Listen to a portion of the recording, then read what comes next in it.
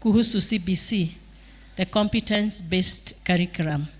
The reasons why we moved from 844 ni kwa sababu we produced graduates and students who would, for example, tell you how to write an official letter. And that graduate would explain to you that we have the sender's address on this side, we have the receiver's address on this side, we have the salutation, and we have the conclusion. But ikija kuandika hiyo barua, huyo graduate alikuwa analemewa. And that's why we went to competencies. A CBC is also a value-based curriculum in that, apart from the competencies that are acquired, learners are supposed to have values. The end product ya CBC inastahili kuwa engaged, empowered, and ethical person.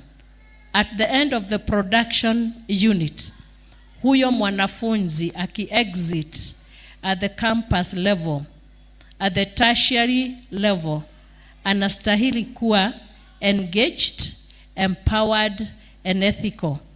Especially when we talk about ethical, tunajua mahali tumefika kwa sababu ya kuwa, acha nijitumie kwa sababu mimi ni mwalimu, ya kuwa na mwalimu who scored A in academics and probably scored E in character. So when we talk about ethical, we are also saying this is a curriculum that is bothered and that is concerned about the moral growth of this person.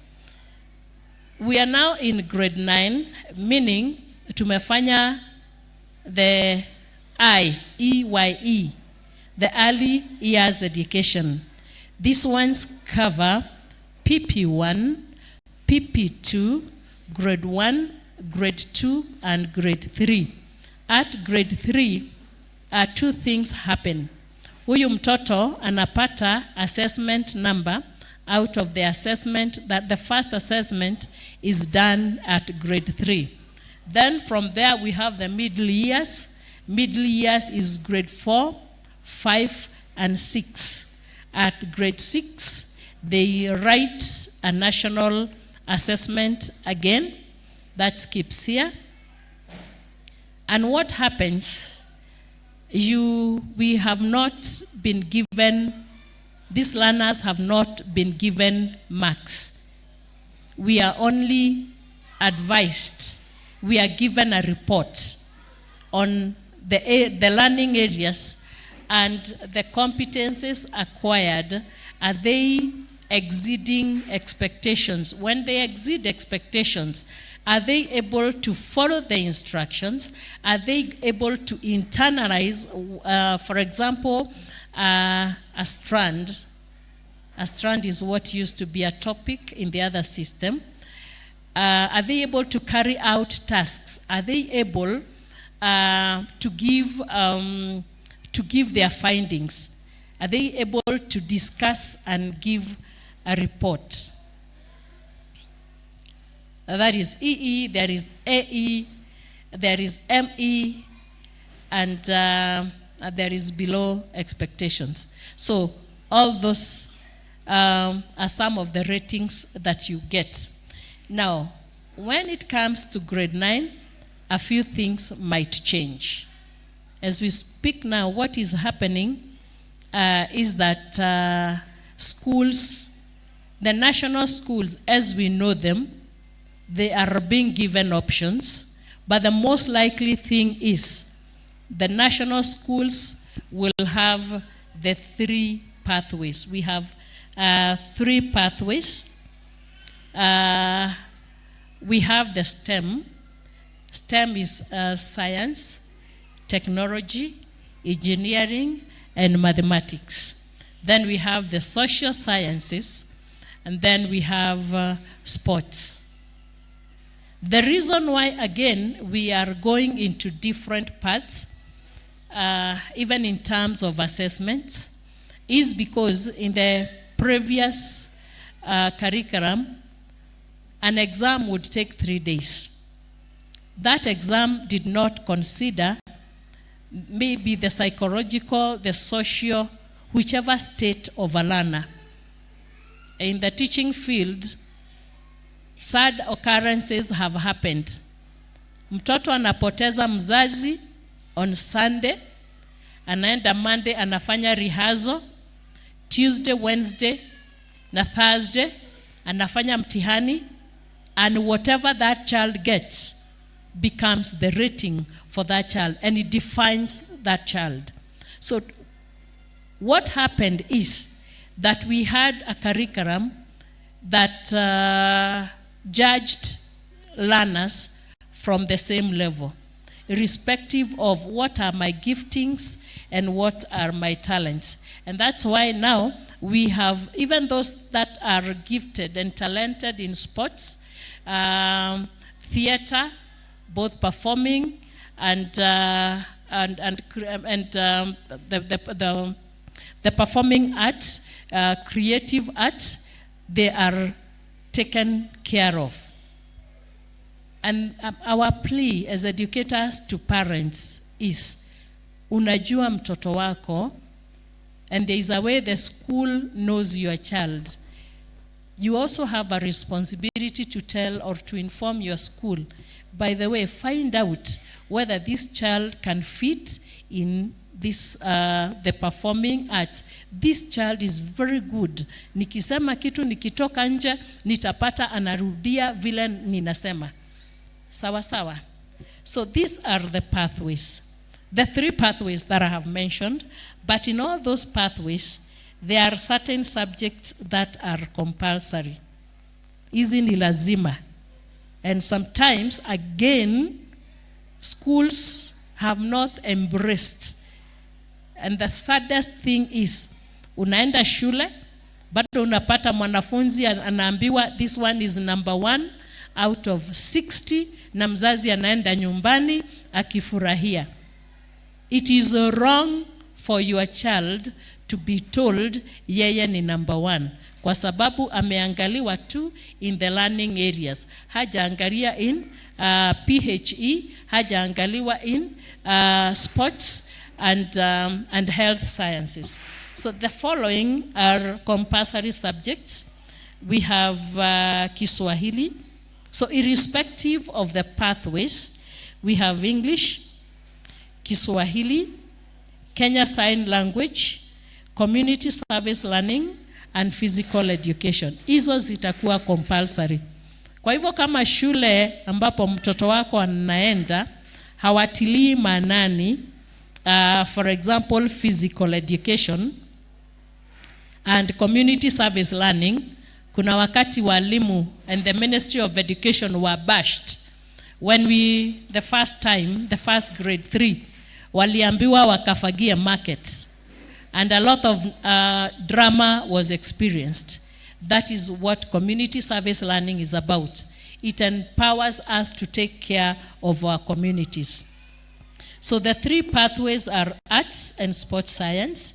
We have the social sciences. We have then STEM, the one I had talked about. And the arts and sports sciences, the compulsory subjects again are English, Kiswahili, Kenya Sign Language, Community Service Learning, and Physical Education. The elective, zile ambazo wanaweza chagua, ni sports and recreation, music and dance, theater and film, literature in English, indigenous languages, fasihi ya Kiswahili, and hizo zingine, it ends at theater and film and fine arts. Hawa ni watu wa arts and sports science. That is where we shall have the Marigas. That is where we have Eric Omondi. That is where we have Churchill. That is where we have wale ambao wanaweza chora mtu, anaweza kuchora na utokee vile ulivyo. Then we have social sciences. The compulsory subjects are again English, Kiswahili, Kenya Sign Language, Community Service Learning and Physical Education. The elective subject zile ambazo wanaweza chagua ni literature in English, indigenous language, fasihi ya Kiswahili, Arabic, French, German, all those other languages. Then kuna Christian religious education, kuna Islamic religious education, kuna HRE, hiyo ni ya Hindu, kuna business studies, history and citizenship as well as geography. So hawa ni wale ambao watafanya social sciences. Then we have STEM. Remember, one of the this 2030, the goals that we intended to have achieved by 2030 is to become an industrialized and food sufficient as a nation. We Vision 2030 envisaged that as a nation by 2030 tutakuwa industrialized na tutakuwa na food sufficiency. An industrialized nation means that hatutakuwa pata from outside there at a matchbox. We shall be in a position to kutengeneza our own matchboxes na vitabu vyetu and the other simple things. Food sufficiency ni kwamba by 2030 the vision was that every kiangazi dogo ikitokea hatutakuwa na sehemu za hii nchi ambazo tunatoa alert ya kwamba tunataka msaada. So the STEM pathway has science, technology, engineering and mathematics. The compulsory subjects ni zile tumesema, but the elective ones ni hesabu, biology, chemistry, physics, general science, agriculture, computer studies, home science, aviation, building, construction, electricity, metalwork, power mechanic, woodwork, media technology, marine and fisheries. Those are the subjects. Na kuna tatu tumesema, kuna the compulsory na kuna the elective, zile ambazo mwanafunzi anaweza chagua. Now, what is your place as a parent? Even if your school and you have a child in grade 9, in grade 8, in grade 7, even if you have not been invited by your school to discuss the likely pathway for your child, it is important uwe unawasiliana na mwalimu. This is my advice. From grade 5, monitor performance ya mtoto wako. Na unaona the consistency in performance ya certain subjects. Ndio ujue, ukiona ako very steady in mathematics and science, then you could most likely conclude that this is a potentially STEM child. But tusigoje mpaka grade 9, and it is unfortunate kwa sababu ya issues to do with the beginning, the transition. Tusigoje mpaka grade 9 ya kwamba hapo ndipo tunaenda na tunasema huyu ni wa STEM, na tunasema huyu ni wa social sciences, na tunasema huyu ni wa sports and arts. What is the danger? The danger is that senior school is a pre-career. Whatever they are doing, the subjects, they are pre-career. You know, hizo ni za kuwatayarisha into the different careers that they shall be in. Sawa sawa? Tunaelewana? Yes. It may be a bit scaring when we start, but I will still keep on saying this. if there is a curriculum that does not have byproducts. You know, when you are unga ikitengenezwa, kuna hiyo byproduct yenye inakuwa chakula ya kuku. CBC haina mtoto ambaye anasemekana huyu ameanguka. CBC does not have failures, and that's the best thing about this curriculum.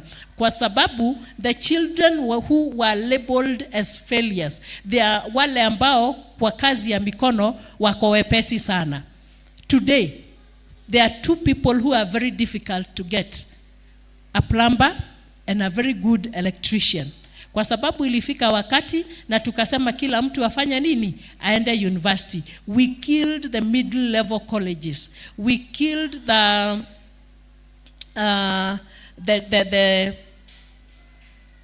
what are they called?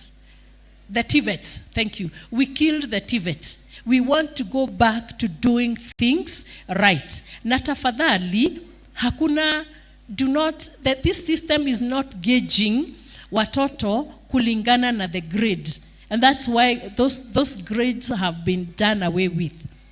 However, I want to throw a spanner into the works. Most likely grade 9, hapo kuna uwezekano wa watoto wapatiwe marks, but there's a workshop that is going on in Naivasha ambayo inaangalia. So it is also important that we talk to our learners. Huyu mtoto hajawahi pata marks zake. So it is important that we also talk to them. We prepare them mentally so that we are tunaona a situation whereby huyu mtoto out of the possible 900 anaweza patiwa 600, na huyu mtoto aseme those are not my marks, I was already EE. So among the things that we are hoping will happen ni tupewe hii exceeding expectations. What is the rate?